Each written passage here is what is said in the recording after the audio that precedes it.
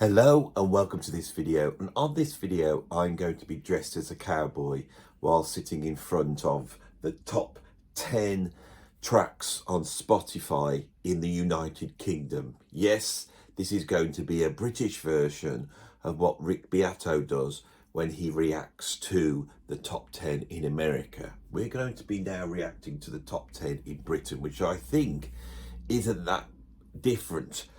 And anyway, the point is, you may be asking, why I'm dressed as a cowboy. There is no reason why I'm dressed in a cowboy, except perhaps that I think I look cool dressed as a cowboy, and I do. So if you think I look cool in this garb, then please drop a comment in, and I will carry on wearing stuff like this. It's a little bit more exciting because, of course, musically, what we're going to be dealing with is dross and drabness. That's what we're going to be dealing with today, because I'm going to react to the top 10 tracks that everyone's listening to on Spotify here in the United Kingdom, and I'm going to give you my opinion as I go through them, whatever that is worth.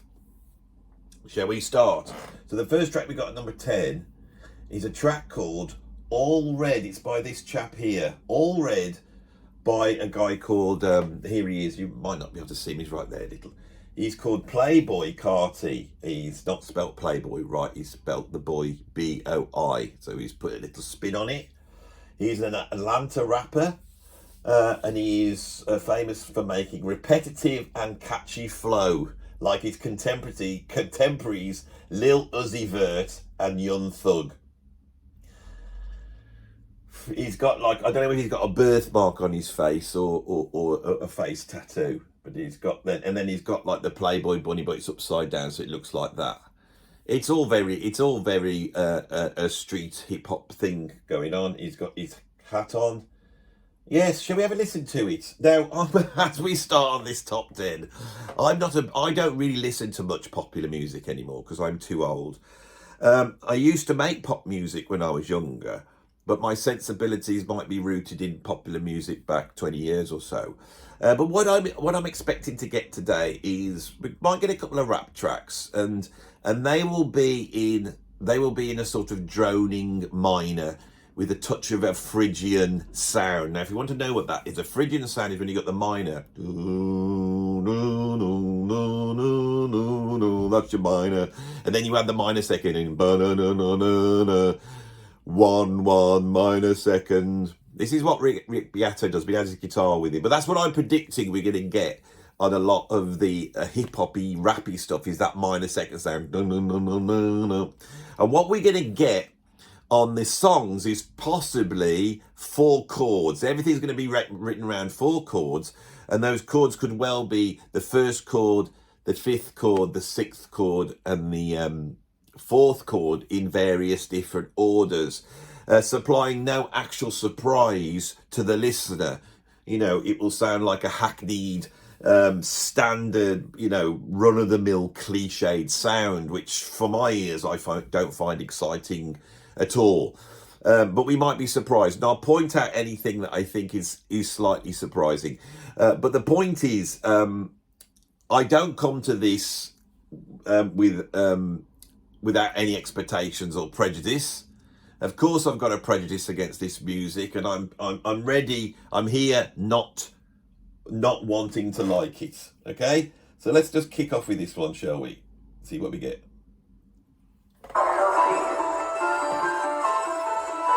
Before we start, I'm just playing it on the TV speakers. It doesn't matter, does it really? I know Rick has it all, so you can hear it properly.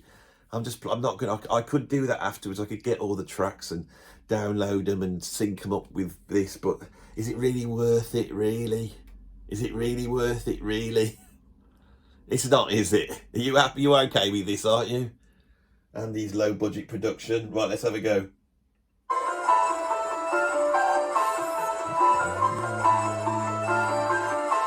So in this minor key. And then the bass line comes in and it's lower, which is giving it this quite unsettled harmonic bass.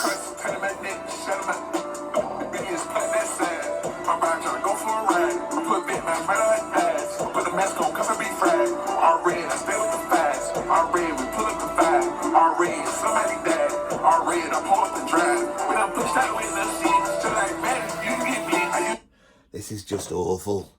I don't like it. I really, really don't like it. Right? The backing track is what it is. It's just one droning chord going on. You know, someone's thought, what bass line shall we have? And someone's gone up and hit this note and gone, brrr, and they've sampled some string sample from somewhere. And that's it. You got a load of rattly 808 sounds. It just, the backing track does not matter. It absolutely doesn't matter. And with some rap, that is fair. Because then the rapper's going to come in and they're going to spellbind you with the gymnastic ability of their, you know, the skill to be able to spin words and create all these reorders. And then with the weight and the power of the message of the rap. You know, rap's not about the music. Sometimes it's about what they're saying. And that's really important. But what we've got here is this.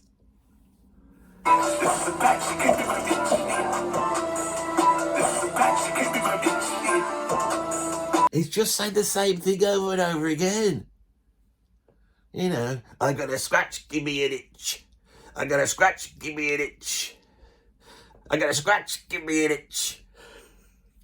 I got a friend, he's called Mitch. If you talk about harmony, you can talk about pitch. I'm trying not to use the B word, you see, that's why I'm stumbling. Normally I would be able to just spin out into something like that very, very easily because I am a jazz musician and an improviser and I feel I have a skill at improvising. Not like brilliant freestyle rappers, they're geniuses, but this is not it. What do people like about this? There's no groove in there at all, right? It's like this half-time feel. Like there's no groove in there whatsoever. There's no any depth to the lyrics. The production's pretty awful. All it can be now is just music to play in your car as you drive slowly by, pretending that you are connected in some way with crime, thus elevating your status amongst certain, you know, unworthy people in society. But looking at here, this seems to be the only proper rap track in this top 10. So maybe rap is on the way out, and maybe my garb is going to be a little bit more relevant than we thought. Shall we move on to number 2? So the number 2 is a track called Backbone, right?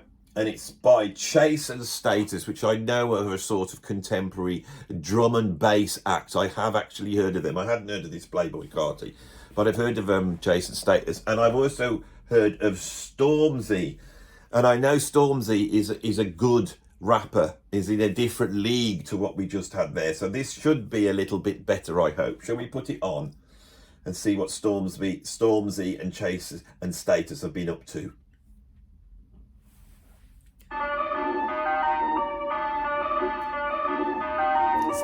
Sounds like a distant ice cream van, but an evil ice cream van. The Bo Diddley beats.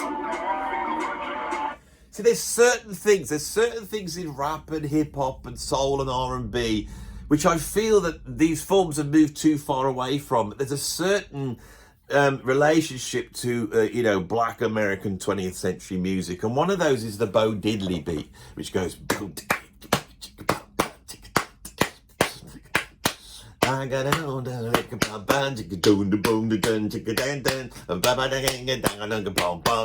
See what the outfit's working, you see. It was relevant. And we've got that on the 808 snare drum, which I quite like. That does bring me in. The fact that there's that link and their lineage to something solid and soulful.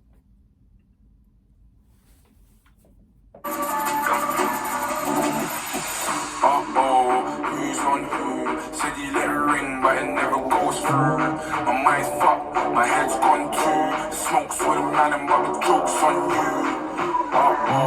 Lose on rock. Don't tell my brothers come spin a whole block. Bang, everything you got.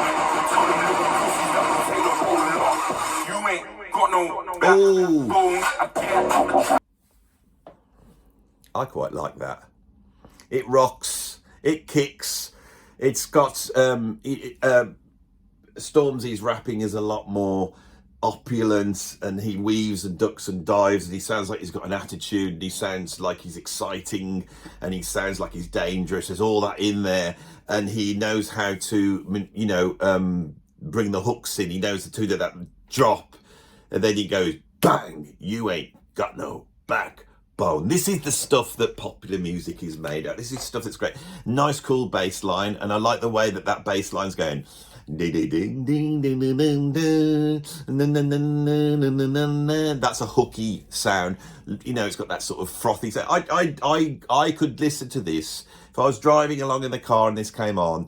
It would be a pleasant listen to me, and I like the attitude of it. I have no problem with this tune whatsoever. You're probably going to lots of build-ups.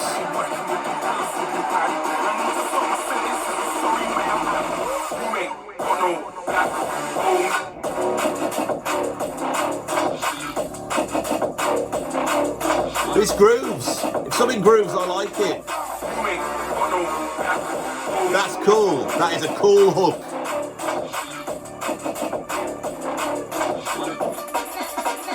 Oh, some old school jungle there. I in about 1989.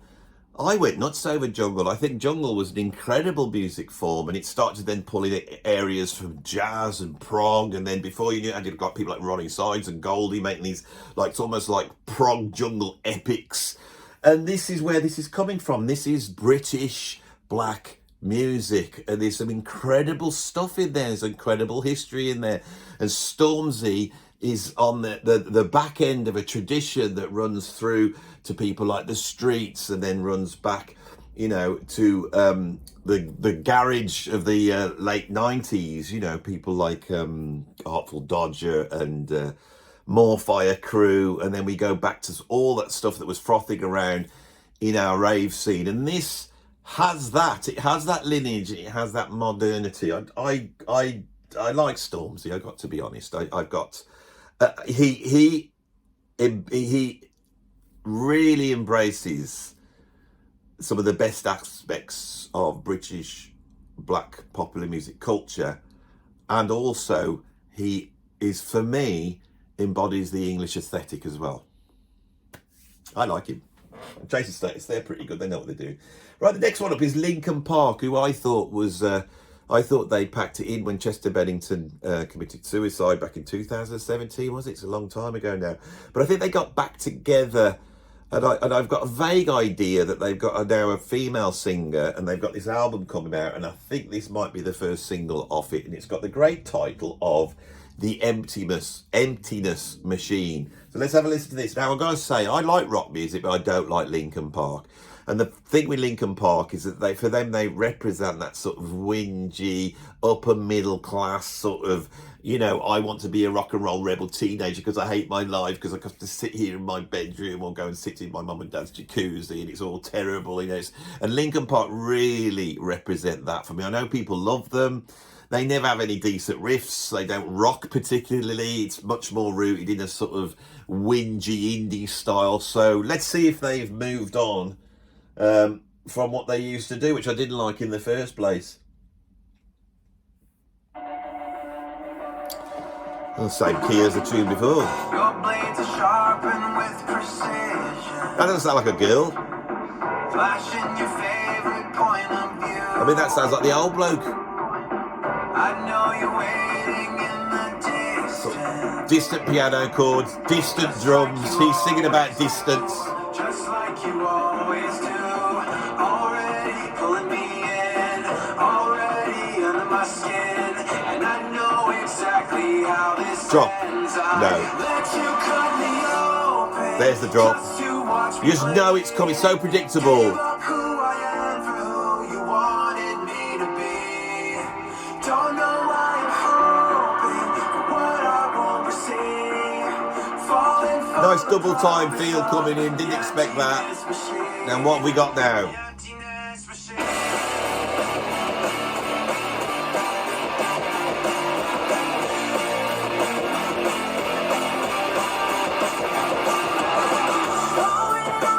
Oh, there she is. Nice vocal. It's a pop song. Rock music's rock music.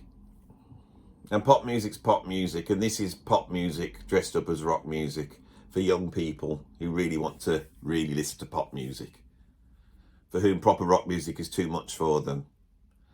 But they can feel rebellious by listening to this. It's okay. It's really overproduced. A lot of modern rock music. I would be much happier if they just got into a room with a guitar, bass and drums and arranged that and performed it so I could actually feel the band playing, because the whole thing sounds almost like it's been programmed. I know there's real instruments in there. You know, I can hear there's a drummer in there, but it's all been squeezed and compressed so much that it stops having any real feel.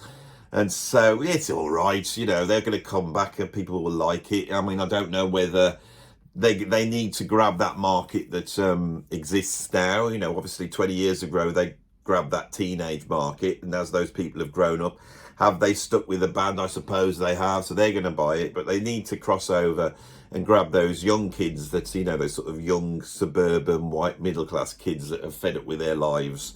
And will see that they can, you know, express their rebellion by identifying with a bunch of middle-aged millionaires.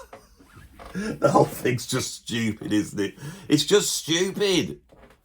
That's the trouble with the music industry now. It's like all these rich people living in their elite lifestyles, you know, dictating culture and taste down to us and expressing all this sort of angst and rage, which they're so removed from. You know, they're just kissing their own bottoms with happiness because they've managed to, you know, elevate themselves into this rarefied nothingness, which is contemporary modern culture at its peak. It's just nonsense, isn't it? And that's what I see here, you know, and that's what I see with this rapper guy. You know, it's all, I mean, the name Chasing Status, which I know it's not, I know it's Chase and Status. That is exactly what I see now. The next one at number 7 is this girl called Sabrina Carter. Now I can see that she's got 1, 2, 3, 4 tracks in the top 10. So she obviously is ruling the world at the moment. I've never heard of her. Sabrina Carpenter, I've never heard of her.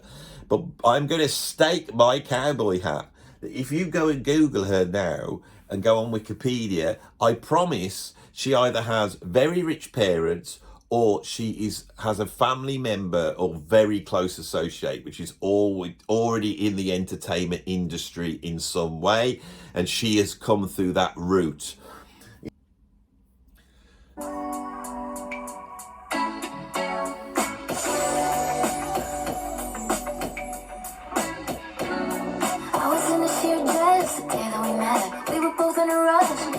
So, you want me to react to that, do you? Okay. Sounds a little bit like Human Nature by Michael Jackson. Not just the production and the sound, but even the chord movement. It's got it's got the same sort of chord movement. It's also got that held chord as well. Sort of Steve Lukather chorus guitar. Her voice comes in, it's been double tracked. So the singing's quite nice, but it's double tracked and produced to death. And she's got that very up close whispery sound. I liked the talky bit in the bridge, and I thought that was quite cool. And then of course it drops into exactly the same thing as the verse as the chorus. But what's interesting is this is much more reliant on, you know, standard pop music forms. This is what you would expect from old school popular music in a way, in that it's a much more established, you know, verse chorus. It's not as minimal of and not as sort of predictable. There's something interesting. There's something musical about it. That's the only way to describe it. More musical than I expected. The interesting thing with this is, and I wondered whether I was going to see this, is even though this is pulling from that sort of, you know, 80s pop R&B that Michael Jackson and people like that pervade, there seems to be an extra influence coming in from contemporary country and Western music, which I think is now coming in, is about to kick hip-hop off its perch as being the sort of fundamental jiving genre behind popular music, which is probably a good thing. I mean, I would rather listen to rap proper. I'd rather listen to Tribe Called Quest than any country music, you know. You wouldn't guess that looking at me now here, would you? But that's the case. Let's have a little bit more of it, shall we?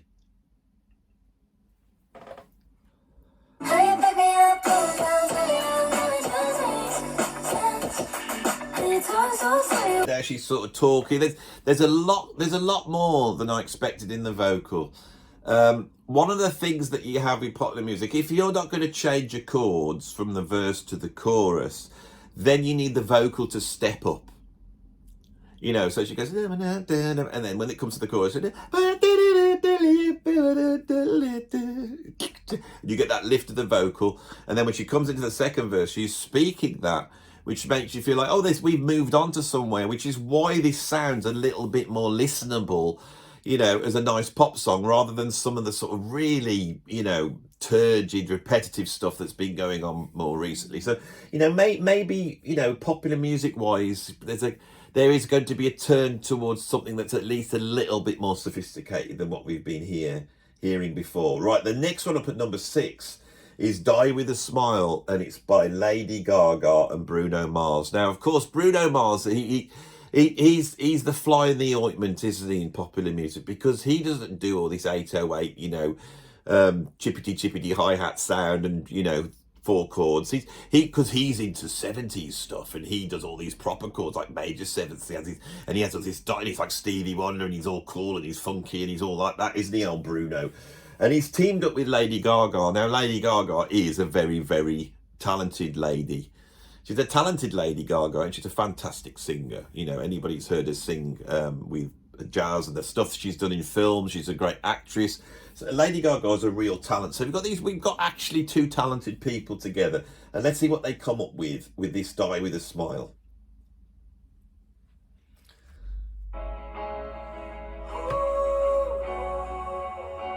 So we're in 6/8. That's interesting. I just woke up from a dream where you and I had to say goodbye. Major 7 chords, harmony's a little bit more spicier.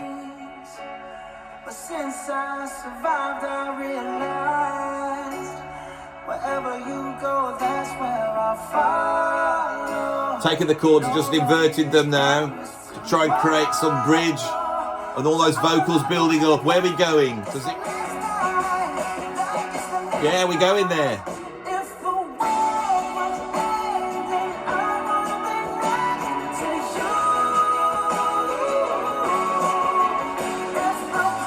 That's nice. Yeah, there's nothing wrong with that, is there? You know, you want to stick that in the car, or you're sitting in the park, you know, eating your sandwiches, looking at the pigeons. There's nothing wrong with that. That's a quality piece of popular music. I got no problem with that. Nicely played, nicely produced. You know, it sounds like there's a real band playing on there. I'm pretty sure somebody played something real at some point before it was squeezed through, you know, the modern digital audio workstation technology and had the life dragged out of it. I don't expect to hear actually anyone really playing, but it's as close as we're going to get. Vocals are great. Vocal harmonies are great. If I was going to criticise it, what would I say? It's great, but it's not new. That could have easily been recorded, you know, 40 years ago, and yet it doesn't have the bite of a Curtis Mayfield or a Stevie Wonder, or all the people that he is pointing to that he feels that he is in the lineage of. And so it starts to sound not even like Barry White. In a way, it almost sounds like a song off a musical. It's got a slight musical theatre. It just hasn't got the darkness and danger that proper R&B soul should have.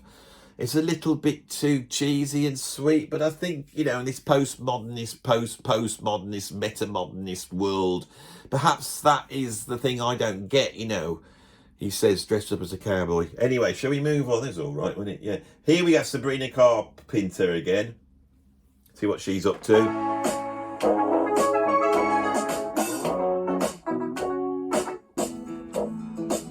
We've got this sort of finger picker country guitar. This very tight programmed drums. Don't let them out tonight. I tell them it's just your culture, and everyone knows. She's got that twang to her vocal.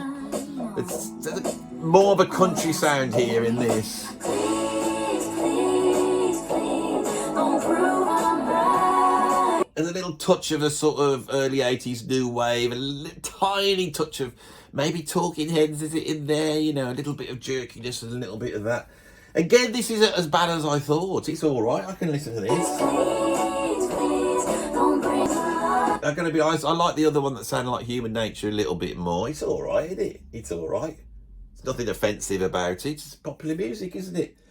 Oh, what am I even doing this for? I could be sitting here listening to weather report, couldn't I? And I'm sitting here with a cowboy hat on listening to this crud. So we carry on. It's all right though, isn't it? Can't be asked to even get irate. Can't even be asked to do that. Here she is again with a track called Espresso. Sabrina Carpenter.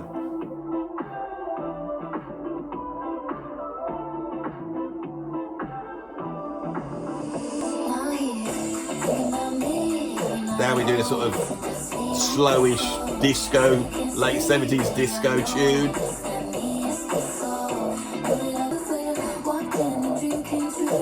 Heard it so much before, haven't we? Heard it all before. And because this is going to be consistent all the way through, we're going to have that vocal lift, I assume. Are we going up? No. And is this the chorus? It's not that strong a chorus, really, is it? Is that like a nothing song? Why is this? I mean, the production's nice, the groove's nice. It's just there's no real tune there. You know, I went into Tesco's the other day to buy a Scotch egg. And while I was, you know, ruffling through the Scotch eggs, trying to judge which one would be the best one to acquire and then take away from my sustenance, they were playing Rock With You, or Rock With Me, by Michael Jackson. And my hair stood up on the back of my neck. It's similar to tune to this. But it was that I wanna rock with you all night, back into sunlight. That out there, and it was like and it was all over the place, coming through tinny little speakers in Tesco's. Right, this is trying to be that, but it's just not that. Right now, number 3, we've got Billie Eyelish, or as I call her, Billie Eyelash, because I'm old and it makes me, you know, when you get to a certain age. I call Justin Bieber, and I call Billie Eilish Billie Eyelash, you know, just to prove that I am an old man and I'm not really with it, because I'm not with it. Now, what's piqued my interest here is this tune's called Birds of a Feather, and I wonder whether it's a tribute to the 90s sitcom we had here in the UK about those two ladies whose husbands had gone to prison. You remember the ones? What was their name? They were friends in real life, weren't they? What were they called, those two? You know, you remember Birds of a Feather, don't you? Birds of a Feather stick together.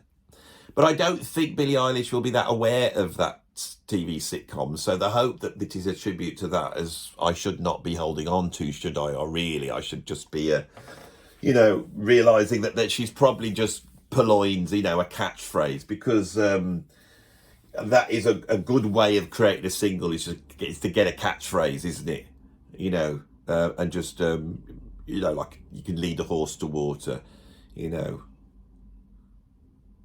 What's the next bit? You can lead a horse to water, but you can't make it drink. Can't make it drink. That's going to be my single. You can't make it drink. It's all going to be about horses not being able to drink. Oh, God. I don't even want to listen to it, really. Let's see what she's up to then.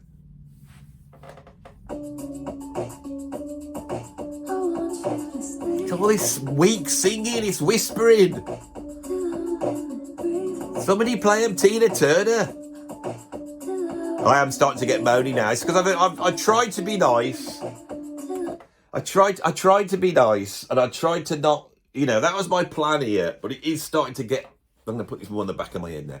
It is starting to get on my nerves. This is just so bland and turgid, and it's just like sticking to your head into a big vat of mouldy candy floss. That's what it seems like to me. And now I'm starting to get a bit fed up with the hackneyed chord progressions, the hackneyed harmony, the continual singing of root notes over these keys, just the whole thing of thinking that, you know, we're supposed to respect someone for going na na na na na na na na na na, you know, na na na over and over again. over bloody, what are the chords? Let's have a list. I'll do a Rick Beato. Come on, see if I can do it.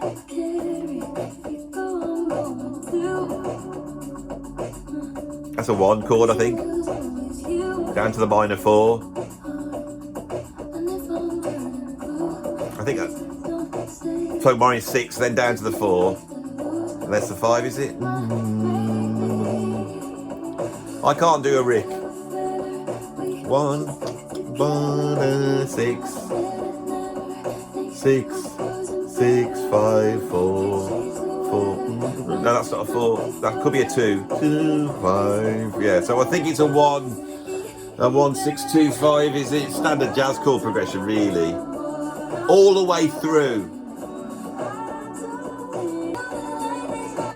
Billie Eilish, she had a bit of an edge when she came out, didn't she? She had a little bit of danger. A little bit of like she was in control, a little bit of the sort of, you know, she got something new to say. And of course, then she makes millions and millions of pounds. She buys her big house, you know, and she settles in. She's part of the sort of glitterati, isn't she? You know, she's out there hoi polloi with Tom Hanks or wherever it is. And then she has to go back into the studio with her clever producers, and she starts working. And by that point, she's transformed into something else. And they think this is what they should be doing, this sort of middle-of-the-road pap, which is what this is. This is possibly one of the worst ones I've heard on here. It's just really lacking in anything that we could say has any sort of bite or interest. You know, even the title, Birds of a Feather, is a cliche. You know, what do birds of a feather do? Stick together. And which bunch of birds is she knocking around with? You know, it's not the same ones we are. And that's something, I mean, I do find this all a little bit, I don't know. Now, who's this one coming up next? Chapel Roan, I don't know her. Let's have a look at her. What's going on here? She's got a massive snout. This is interesting. Let's have a look at her. I want to see you. She's got a great big pig snout. She's dressed as a sort of Spanish, what's are those ladies called? Those Spanish ones that have that big hat like that. And then she's got a great big pig snout on her. This is interesting, isn't it? This is a bit more better. She looks interesting. Although when I go to this picture, she looks a little bit more, little bit more normal. Nearly 3 million views. Yeah, there we go. So this is called Good Luck Babe. Let's see what we've got here. I'm expecting some insane, surreal Spanishness with the Spanish madness in. I love Spanish madness. Something we're going to have something cool here. It's at number 2. It's got to be good.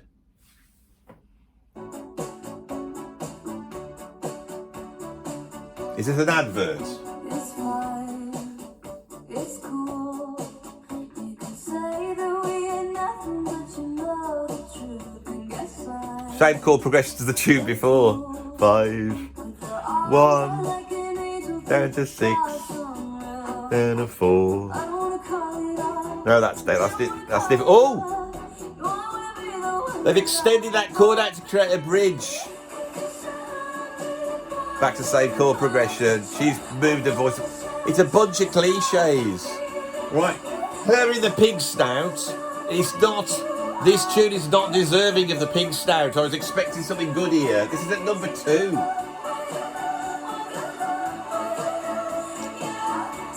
A lot of high up singing going on.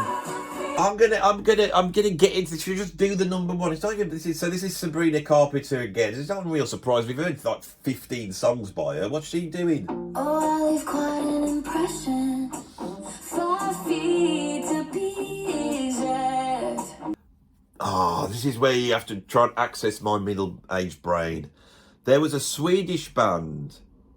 Was it the Cardigans? Do you remember them? Was it the Cardigans? They did some brilliant tunes, but the singer had this very sort of soft, rounded vocal sound. She sounds exactly like that singer. I hope I got the right band. And this is just, I mean, now, and when I first heard it, I thought it was all right, because I was expecting lots of, like the first track, I was expecting to get a load of bloody horrible chippity hip hop with lots of people going, go, puppy, go, puppy, be, baby, go, puppy, be, go. But only with words, but it doesn't matter because you can't understand the words. And I was expecting that, you know. But instead, I thought, well, this is all right. We got some nice little tunes here. It's pretty inoffensive. But now, my musicianly ears, these that have been accustomed to John Coltrane and Miles Davis and John McLaughlin, you know, and King Crimson and Gentle Giant, these here that are accustomed to that sort of beautiful interest, is now having to wrap themselves around these songs. And these songs are they're like tiny little fleas round my ears. And my ears are just swatted at them, going, give me some meat. I need meat and potatoes, not this gruel, not this musical gruel that you're offering me. Why are you offering me this gruel? You're still laying next to me, 1 degree of separation. I need you back together. Slightly to incorporate that goes 1 up to 2 and then down to a flat 7 chord. It's like a bit of a sort of Lydian minor type of sound. I'm not too sure because I don't get that far. I think it's a minor. Yeah, it's all. I mean, why? I never understood why popular music is so boring, right? I have never thought that I like complex music, although I know I do. But the thing that got me into music as a kid was like Ace of Spades or AC/DC. It was music that kicked and rocked and made me feel excited. It made me feel like, wow. And then dance music that makes you want to dance and is groovy and funky. And there's bite and there's some sort of like coolness which is related to some sort of danger maybe, you know. And the only one, you know what my favourite one on here is? Without doubt, Stormy.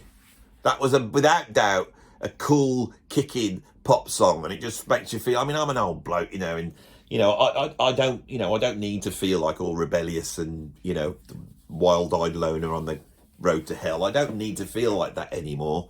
But it's nice every to dip your toe in it. But the rest of it is so bland. This is so middle of the road. Now, why is it that normal people like this?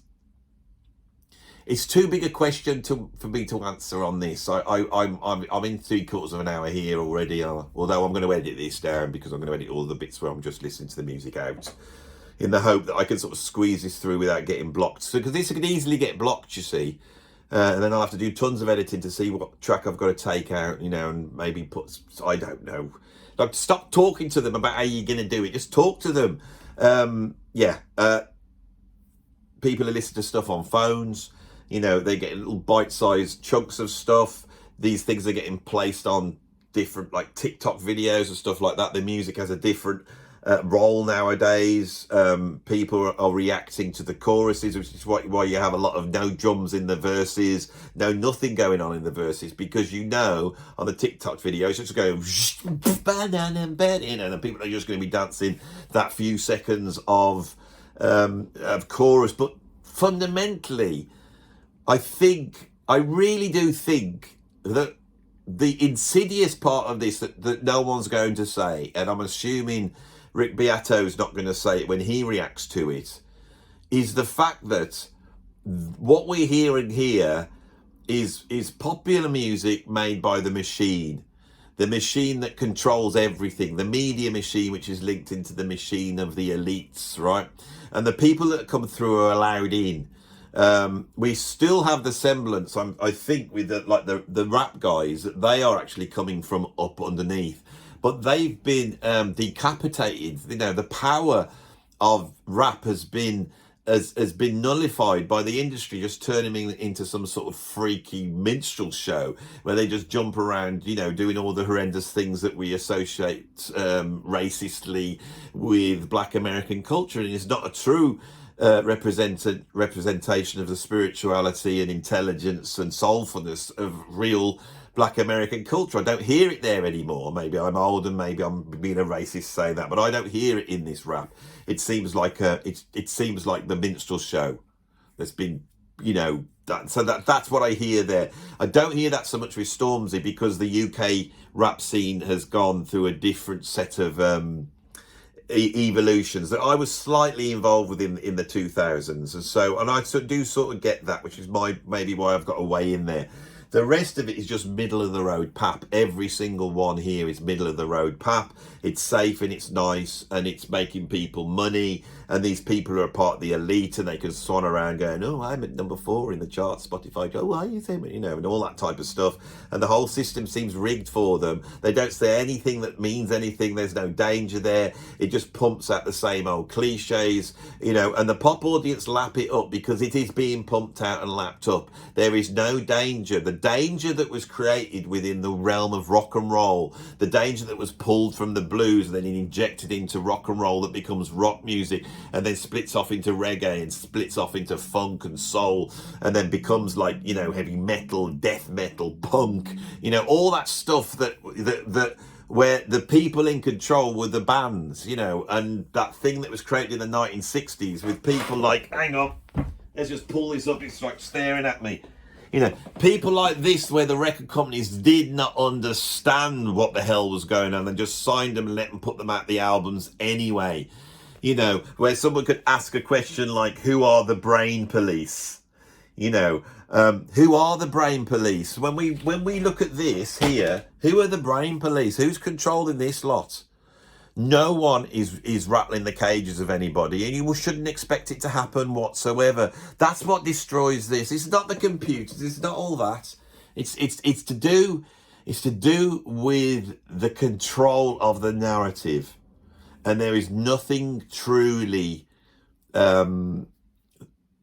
culturally challenging here, which is what we used to associate with pop music. And even with Stormzy, who does trade on that a little bit, I don't hear it. I don't hear that voice at all, and it lacks bite, and it lacks excitement, and it lacks like the possibility of making people get up out of their chair and start jumping around and having some sort of energy to then look around themselves and question the situation in which they find themselves. That's what's lacking from this chart. But I've finally done a Spotify reaction top 10, and I'm going to do all the tropes. I'm going to have the word shocking. I've taken it from Rick Beato. I'm going to have the word shocking on the thumbnail. I don't actually know what is shocking in this, but I'm sure something was shocking, wasn't it? Maybe this hasn't been shocking yet, you know, and maybe I need to say something which is going to be very offensive just to make it shocking. Okay? So what could I say that will really upset the audience? Something I could be racist.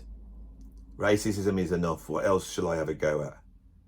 I could have a go at the Jews and the Muslims, the trans community, the gay community, and women. That's a tall order there. I'll be with you in a minute.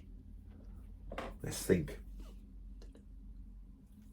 I mean, I've got the hat on, haven't I? I do look a bit MAGA. I'm not MAGA though, because I live in England. If it was in England, we'd call it mega. And no British person or English person would ever have mega as a word. That's very, you know, that's very street, isn't it? Mega. Unless you're a computer programmer. Offensive. Offends everybody. Oh, yes. That joke. There's a joke, right. Sit down, get yourself ready. Okay, before I say this, because it's going to make so many people switch off, I just want to say like and subscribe now if you want to see some more of this stuff. You can come and follow me on Patreon over there, because I'm probably going to get banned now, so you're going to have to come over there anyway just to see the videos. And if you want to support me when I'm banned from YouTube, there's a link down below in the PayPal tip jar. And if you want to support the charity that I'm involved with that may be having to support me, there's a link to that as well. So we're all done anyway. Okay, so a black man, a Jew, a trans person, a gay, and a woman walk into a bar, and they walk up to the bar and they say,